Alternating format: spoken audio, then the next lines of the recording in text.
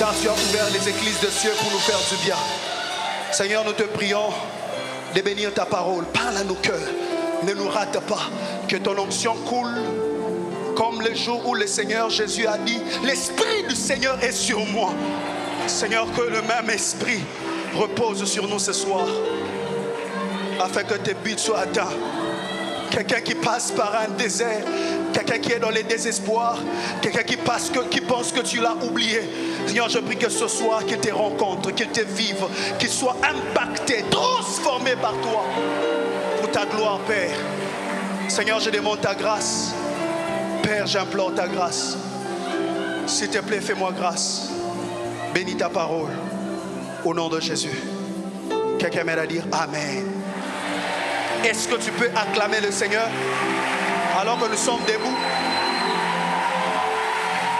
Nous allons prendre nos Bibles. Nous allons prendre nos Bibles dans le livre de Exode chapitre 17, les versets 8 à 16. On va rester debout pour honorer la parole de Dieu.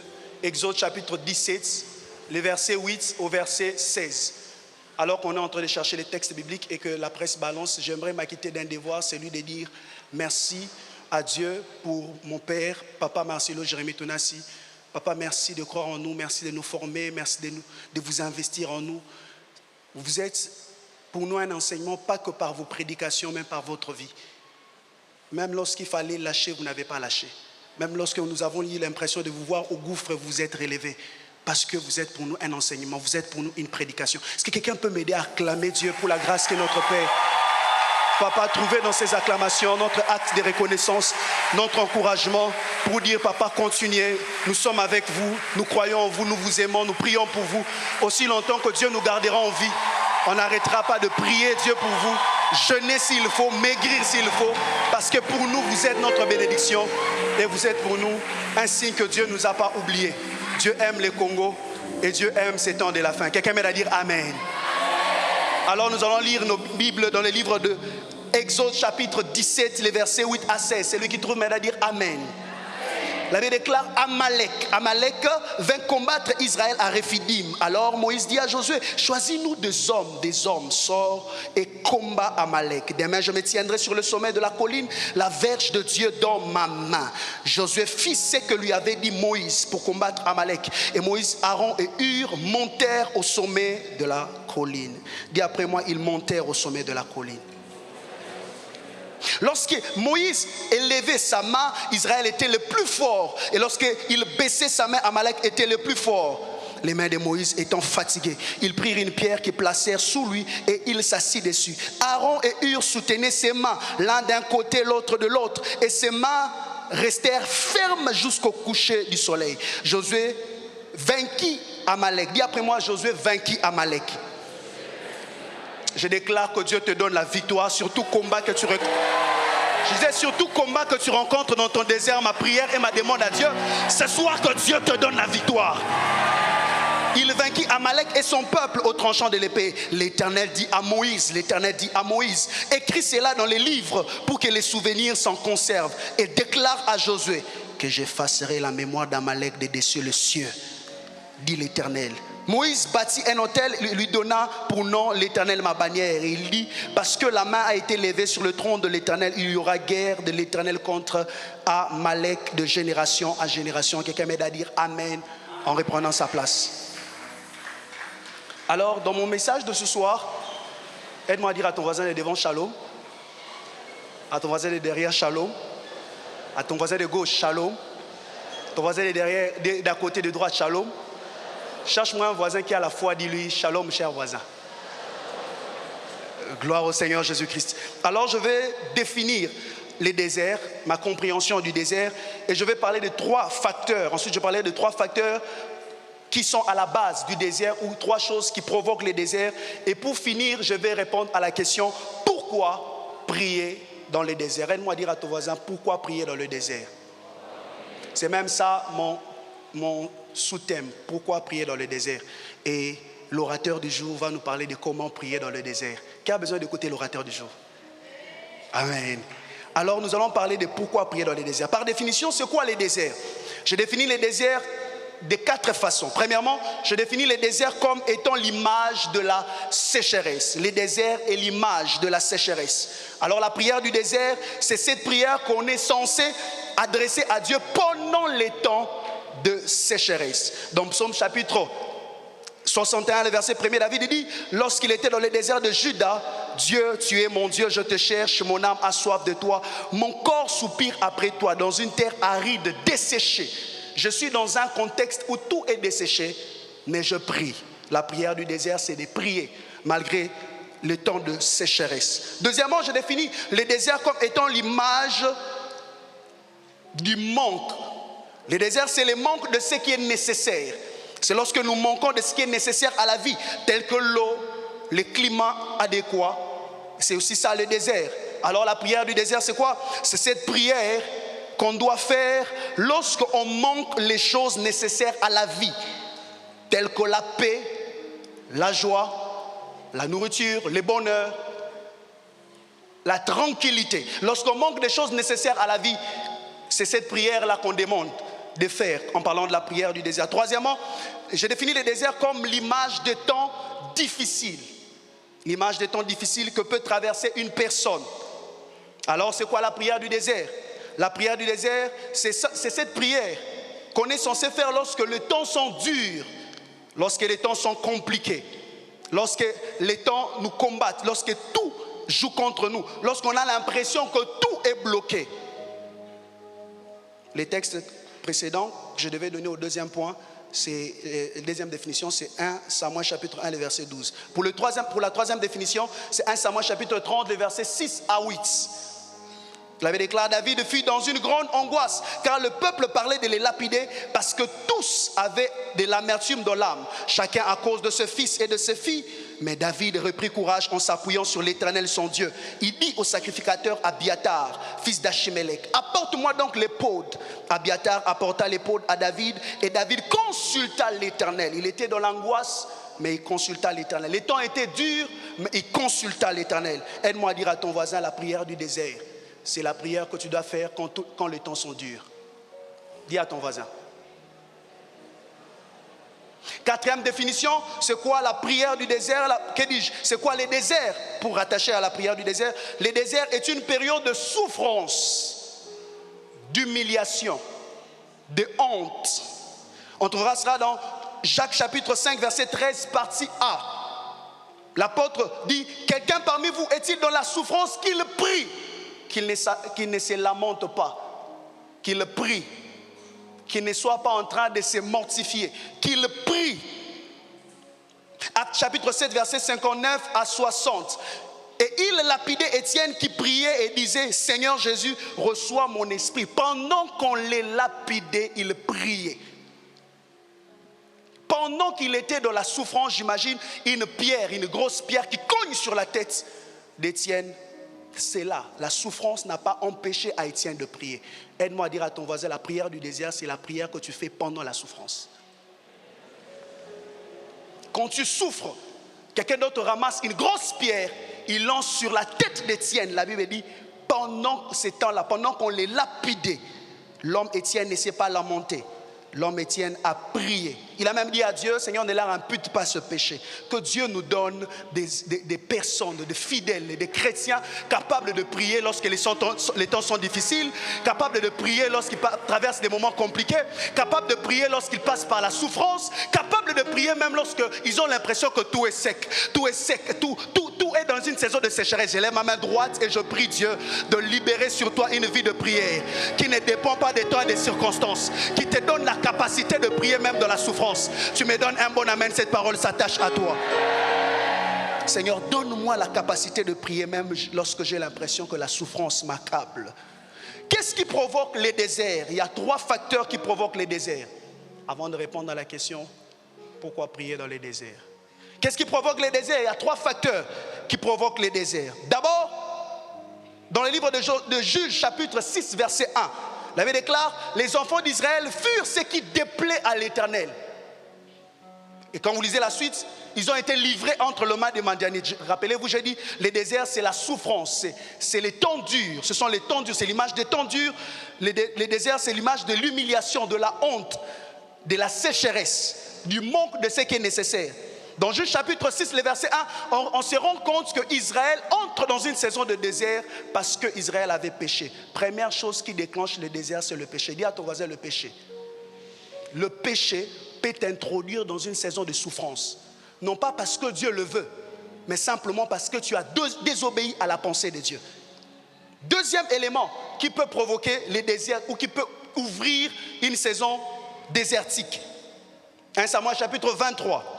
Le verset 14, la Bible déclare, David demeura au désert dans de lieux forts et il resta sur la montagne du désert des Ziph, car Saoul cherchait toujours David. Deuxième facteur qui déclenche le désert, ce sont les hommes mauvais ou les démons ou encore l'ennemi. Aide-moi à dire à ton voisin, l'ennemi, les hommes mauvais déclenchent aussi le désert. Ce texte nous montre David qui part dans le désert. Pourquoi? Parce que quelqu'un était jaloux. Quelqu'un avait l'impression que la vie de David étouffait sa destinée. Chaque fois que tu seras à côté de quelqu'un qui aura l'impression que ton élévation va l'étouffer, il va te forcer à entrer dans la souffrance. Il va te faire souffrir. Il va te rendre les temps difficiles. Aide-moi à dire à ton voisin, les hommes mauvais et les démons peuvent provoquer les déserts. Je ne t'entends pas parler. Troisième facteur qui provoque les déserts, nous allons le trouver dans le livre de Deutéronome chapitre 8 versets 14 à 16. Qui t'a fait marcher dans ces grands et affreux déserts où il y a des serpents brûlants et des scorpions dans de lieux arides et sans eau, et qui a fait jaillir pour toi de l'eau du rocher les plus durs, et qui t'a fait manger dans le désert la manne inconnue à tes pères, afin de t'humilier et de t'éprouver pour te faire ensuite du bien. Troisième facteur, c'est Dieu. Aide-moi à dire à ton voisin, Dieu peut aussi t'introduire dans le désert. Certains sont dans le désert parce que le péché les a rendus les choses difficiles. D'autres sont dans le désert parce qu'ils sont combattus par la jalousie de leurs proches ou de leur génération.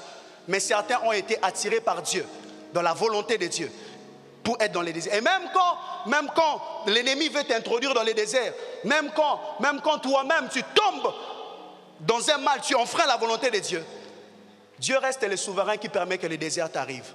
Amen. Dieu reste le souverain, l'autorité, si je peux le dire comme les Congolais aiment le dire, l'autorité morale. Amen. Hein? Qui permet à ce que les déserts t'arrivent ou que tu entres dans une saison désertique. Vous trouverez cela aussi dans Osée chapitre 2, le verset 14, dans d'autres versions, verset 16. C'est pourquoi voici, je veux l'attirer et la conduire au désert et je parlerai à son cœur. Quand Dieu t'attire dans le désert, c'est toujours pour un but. Quand le péché t'attire dans le désert, c'est pour te détruire. Quand l'ennemi t'attire dans le désert, c'est pour te rendre la vie difficile. Mais quand Dieu t'attire dans le désert, c'est pour un but. Il y a 3 buts que je retiens. Premièrement, quand Dieu attire quelqu'un dans le désert, le premier but est celui-ci. Dieu dit dans le livre de Deutéronome que nous venons de lire, il dit pour t'humilier, humilier ton orgueil, pour t'éprouver. Pour t'éprouver. Vous trouverez dans le livre de Matthieu, le chapitre 4, le verset 1. Alors Jésus fut amené par l'Esprit dans le désert pour être tenté par le diable. Pour être tenté par le diable. Qui conduit Jésus, c'est l'Esprit. Ce n'est pas le diable qui invite Jésus. C'est le Saint-Esprit qui conduit Jésus dans le désert. Pourquoi? Parce que Dieu voulait l'éprouver. Dieu voulait l'éprouver. Le diable est tenté pour faire tomber.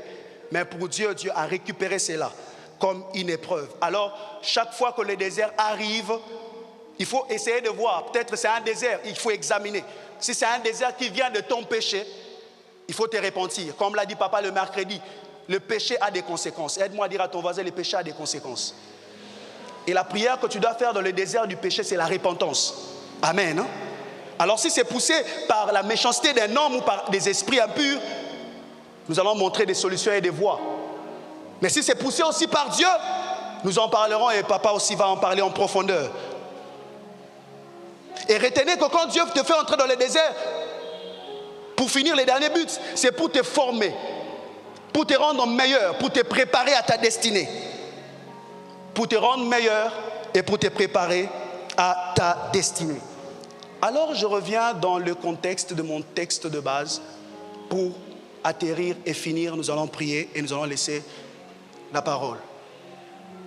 Nous sommes dans le livre de Exode chapitre 17. Exode, c'est le livre qui a été écrit par Moïse. Moïse, c'est le grand libérateur. Moïse, c'est le grand libérateur, le seul homme de miracles et de prodiges. Pas le seul, mais le plus grand homme de miracles et de prodiges selon l'Ancien Testament, qui est né, mais dont sa naissance n'a pas été annoncée. Mais la naissance de Samson a été annoncée. Pourquoi Dieu n'annonce pas la naissance d'un homme aussi grand de l'Ancien Testament, mais il prend quand même le soin d'annoncer la naissance de Samson? On parle de Samson à sa mère avant sa naissance. On prophétise même sur sa destinée. Mais Moïse silencera Dieu. On n'annonce rien, on ne dit rien. Moïse naît et Moïse rencontre Dieu et devient un libérateur. J'aimerais dire à quelqu'un, même si rien n'a été dit sur toi depuis ton enfance, ta rencontre avec Jésus peut te donner une destinée qu'aucun prophète n'a jamais vue, qu'aucune prophétie n'a jamais révélée avance. Je suis en train de déclarer au nom de Jésus que ta rencontre avec Dieu donne à ta destinée une position que personne n'a jamais soupçonnée auparavant. On n'a jamais prophétisé sur toi, on n'a jamais vu que tu seras un libérateur. Gloire au Seigneur. Mais ce soir, je t'annonce au nom de Jésus-Christ que Dieu te donne en Christ une destinée qui va étonner tous ceux qui ne s'attendaient pas que quelque chose de bien sorte de toi. Peut-il sortir quelque chose de bien de Nazareth? Oui. De Nazareth peut sortir un libérateur. Oui. Même si on ne pense pas que de moi peut sortir quelqu'un de meilleur, ma rencontre avec Dieu peut me donner ce que les autres ont reçu par prophétie, peut me donner ce que les autres ont reçu en vision, peut me donner ce que les autres ont reçu avec je ne sais pas si je parle à quelqu'un qui avant sa naissance, on n'a rien dit à tes parents, on n'a rien dit à ton père, on n'a rien dit à ta mère, mais je t'annonce une bonne nouvelle. Ta rencontre avec Christ te donne une destinée qui va impacter ta génération. Alors cet homme qui naît et qui grandit, il devient libérateur, il accomplit la volonté de Dieu. Il quitte maintenant l'Égypte, il est en direction de Sinaï. Il arrive à Rephidim. Rephidim se trouve entre la distance entre quittant la mer Rouge, l'Égypte, avant d'arriver à Sinaï. C'est là que se trouve Rephidim. La Bible déclare qu'Amalek va combattre Israël à Rephidim. Souvenez-vous, ils sont dans le désert. Israël est dans un temps désertique. Il passe par des moments difficiles. Si vous commencez au verset 1er du chapitre que je viens de donner, on parle même que le peuple s'était révolté parce qu'ils avaient soif. Mais c'est en ce temps-là que l'ennemi vient combattre. C'est en ce temps-là que l'ennemi vient pour éteindre la destinée de cette grande armée, de cette grande nation. Alors je commence à répondre à la question: pourquoi prier dans les déserts? Mais avant cela, je vais mettre cette affirmation et je réponds aux questions rapidement. Je vais donner 4 réponses et nous allons prier. La Bible déclare: Josué fit ce que lui avait dit Moïse pour combattre Amalek, et Moïse, Aaron et Hur montèrent au sommet de la colline. Dis après moi: ils montèrent au sommet de la colline. Le désert n'a pas empêché à Moïse de monter. J'aimerais dire à quelqu'un, même si tu traverses ces moments difficiles, que cela ne t'empêche pas à monter spirituellement. Désert ou pas désert, que cela ne t'empêche pas d'être spirituel. Ne deviens pas charnel parce que les temps sont durs. Je disais à quelqu'un, ne deviens pas païen parce que c'est compliqué. Monte spirituellement. Que les temps difficiles ne t'empêchent pas à monter. Que les temps désertiques ne t'empêchent pas à monter. Il monte. Il monte en prière. Il dit à Josué: descends. Et quand Josué descend dans le champ de bataille. Et voici ce qui arrive. Pourquoi prier dans le désert? Premièrement, il faut prier dans le désert parce que la prière libère la force de résister aux mauvais jours. Si déjà les jours sont mauvais et tu ne pries pas pendant le jour mauvais, tu risques d'être englouti et tu risques d'être détruit. La prière est un remède face aux temps difficiles. La Bible déclare: quelqu'un est-il dans la souffrance qu'il fasse quoi? Qu'il pleure? Qu'il fasse quoi? Qu'il prie. C'est ici que l'apôtre Paul vient confirmer en disant ceci. Il dit dans Éphésiens chapitre 6: c'est pourquoi prenez toutes les armes de Dieu afin de pouvoir résister dans le mauvais jour. Dis après moi: résister dans le mauvais jour. Les jours sont mauvais, les jours sont difficiles. Mais si je ne prie pas, Amalek va me tuer. La prière me permet de résister quand tout est mauvais. Pourquoi prier dans le désert? Parce que je suis déjà dans les temps difficiles. Je suis déjà dans les mauvais jours. Si je ne prie pas, je ne saurais pas résister. Dis à ton voisin, la prière te permet de résister dans le mauvais jour. Je prie dans le nom de Jésus qu'à partir de maintenant, que Dieu te donne par la prière la résistance qu'il faut pour ne pas être englouti par les mauvais jours. Je disais que Dieu te donne la capacité de résister dans le mauvais jour. Deuxièmement, pourquoi prier dans le désert? Pourquoi prier dans le désert? Deuxièmement, dans Exode chapitre 17, le verset 13, que dis-je, le verset 11, la Bible déclare, lorsque Moïse élevait sa main, Israël était le plus fort. Et lorsqu'il baissait sa main, Amalek était le plus fort. Deuxièmement, pourquoi prier dans les déserts? La prière pousse Dieu à libérer une atmosphère qui facilite les choses. Pendant que lui levait les mains dans la prière, de l'autre côté, il y avait une atmosphère qui facilitait la victoire. La prière que tu fais pendant que toi tu es dans les déserts te permet de libérer dans ton désert une atmosphère capable de faciliter les choses. Vous savez, il y a des gens qui sont dans les déserts et qui meurent dans les déserts. Mais il y a d'autres personnes qui passent par les déserts mais qui remportent des victoires dans les déserts en attendant d'entrer dans Canaan. Alors quand tu pries dans le désert, tu permets à Dieu de libérer une atmosphère qui facilite les choses. Même si tu as l'impression que les temps sont difficiles, mais il y aura comme une sorte de facilité, une grâce qui te donnera de percer au milieu des temps difficiles. Je prie au nom de Jésus que ta prière puisse libérer une atmosphère qui va faciliter les choses dans ta famille. Je disais que ta prière libère une atmosphère qui va faciliter les choses dans la vie des membres de la famille ce soir. Que ta prière libère une atmosphère qui va faciliter les choses dans la communauté chrétienne ce soir. Que ta prière libère une atmosphère qui va faciliter les choses dans ton département ce soir. Que ta prière libère une atmosphère qui va faciliter les choses dans le travail de tes parents ce soir. Que ta prière libère une atmosphère qui va faciliter les choses dans ta destinée ce soir. Je vois ta prière libérer une atmosphère qui va faciliter les choses. Je vois ta prière libérer une atmosphère. Quelqu'un dans ta famille est en train de chercher du travail. Quand tu ne pries pas, il rate les opportunités. Mais quand tu pries, tu libères une atmosphère qui permet à un Josué d'avoir facilement ce qu'il n'arrive pas à obtenir. Je prie au nom de Jésus-Christ de Nazareth que la prière libère autour de toi une atmosphère qui va faciliter les choses. Si c'est à toi que je prie, moi dis je reçois l'atmosphère. Alors que tu es en train de les déclarer, je lève ma main droite et je prie qu'un membre de ta famille, pendant que tu vas élever ta voix, pendant que tu parleras en langue, pendant que tu vas vibrer en esprit, pendant que tu vas libérer de mystères, que quelqu'un à Maluku, que quelqu'un à l'intérieur du pays, que quelqu'un même là où on a lié tout le monde, que quelqu'un là où on a enterré Moutolo, je ne sais pas, je prie que quelqu'un de ta famille vive une atmosphère de facilité. J'entends pas ton amen. Je sens dans mon esprit que ta prière peut libérer, est sur le point de libérer une atmosphère qui va faciliter les choses à un Josué. Est-ce qu'un papa Josué cherche du travail dans ta famille? Est-ce qu'un grand frère Josué est en train de chercher de la promotion?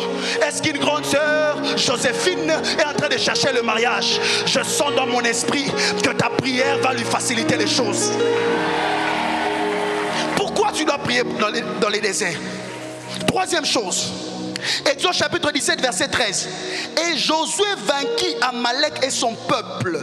Et Josué vainquit Amalek et son peuple. La prière dans le désert te fait triompher contre l'ennemi qui veut te tuer dans le désert.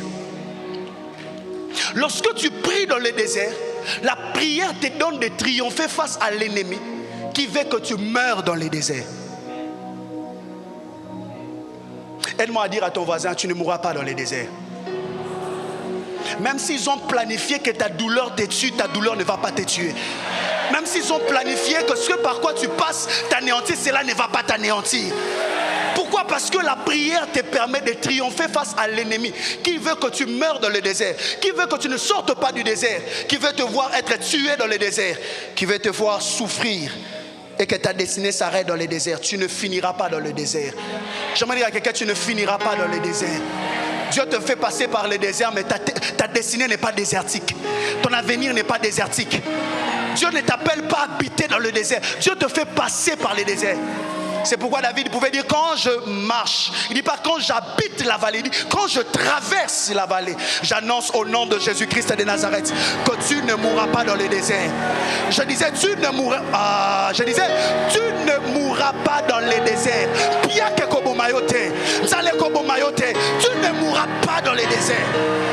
Tu ne mourras pas, tu vivras et tu raconteras les œuvres de Dieu. Et quatrième chose, pourquoi prier dans le désert? Pourquoi prier dans le désert? Exode chapitre 17, verset 14.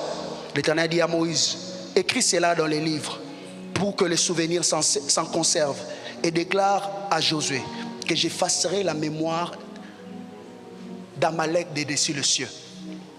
Pourquoi prier dans les déserts? Quatrièmement, la prière dans les déserts pousse Dieu. J'avais dit, quand Dieu te fait entrer dans les déserts, c'est pour te former.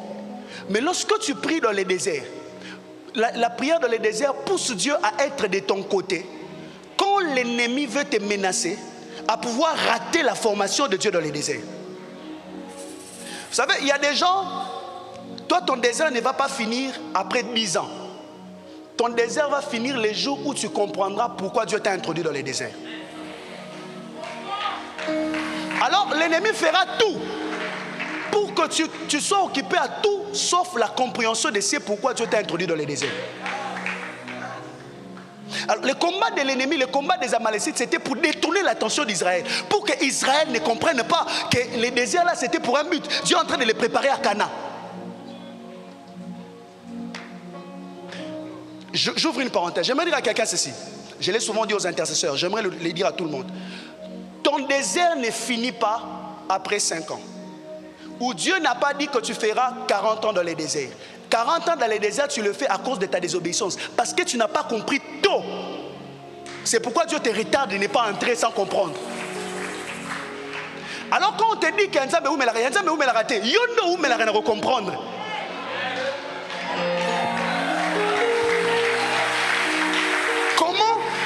Comment lui il est venu après toi, il est allé vite. Toi tu étais là depuis longtemps, tu traînes. Parce que lui il a compris vite. Toi tu sais que toi tu ne comprends pas depuis 15 ans de vie chrétienne. Tu ne comprends pas ça. Lui il est venu au début de l'année, il a compris et il avance vite. Alors arrête de dire que Dieu te fait traîner. Non, Dieu ne te fait pas traîner. C'est toi qui traînes à comprendre ce que Dieu veut te faire comprendre. Et quand l'ennemi élève l'adversité, c'est dans le but et dans l'objectif de t'empêcher de te concentrer sur ce que tu dois comprendre. Il y a des batailles qui viennent pour te distraire, pour que tu ne captes pas la pensée de Dieu. On te combat tellement que le jour où tu verras les Cananéens, tu diras « Non, je suis comme une sauterelle ».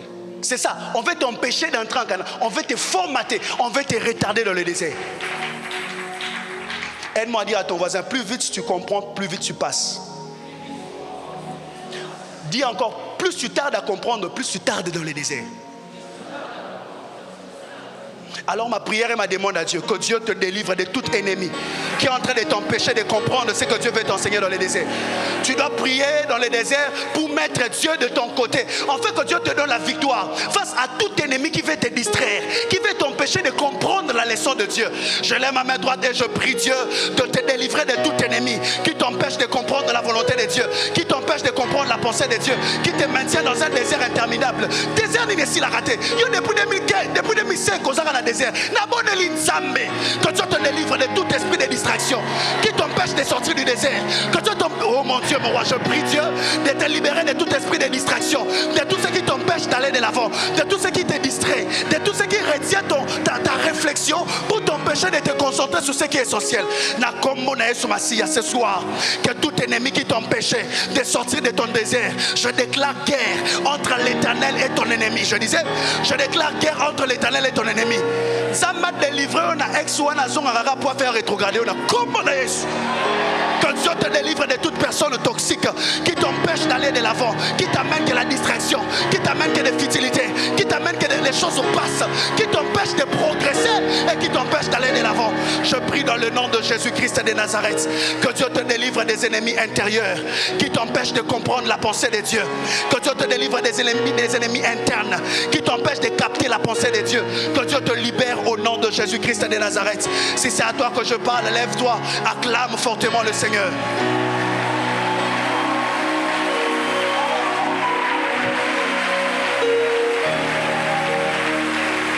Nous allons prier le Seigneur. Comme je l'ai dit, reste encore, tu seras béni abondamment.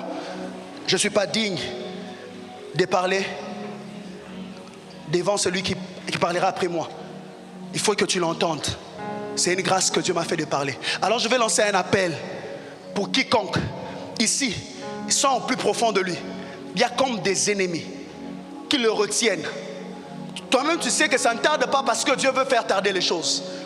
Ça tarde parce qu'il y a quelque chose que tu n'arrives pas à comprendre. Tu n'arrives pas à comprendre jusqu'à là que tu dois jeûner chaque semaine. Tu n'arrives pas à comprendre que jusqu'à là tu dois prier toutes les nuits. Tu n'arrives pas à comprendre. Il y a quelque chose que tu dois comprendre. De là où tu élèves ta main droite, je vais prier avec toi. Tu peux te rapprocher, je vais prier. On va prier ensemble.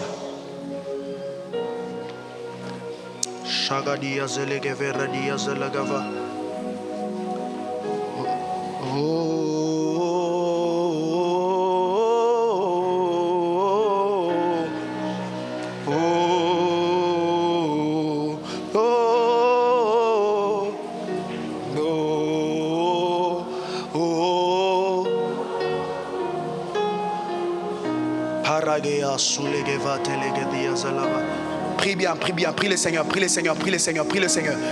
Sois en prière, sois en prière, sois en prière, sois en prière, sois en prière, sois en prière, sois en prière, sois en prière, sois en prière, sois en prière, sois en prière.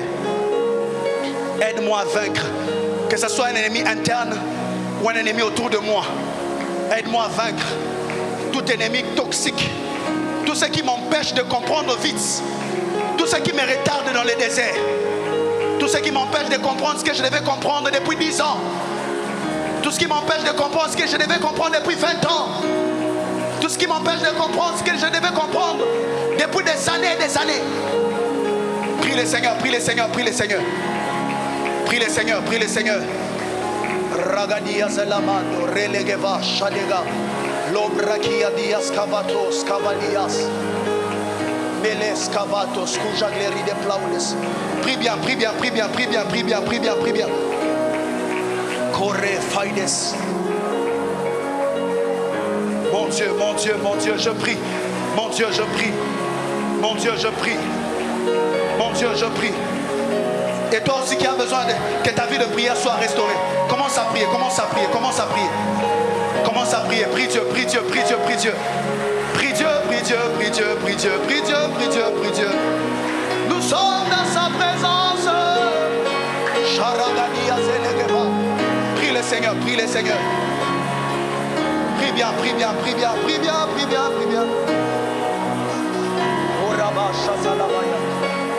Nebrakia de Sabalahano, lo grande Gelias Cavadi de Sapayato, lo grande Gelias, Mele Carabayato,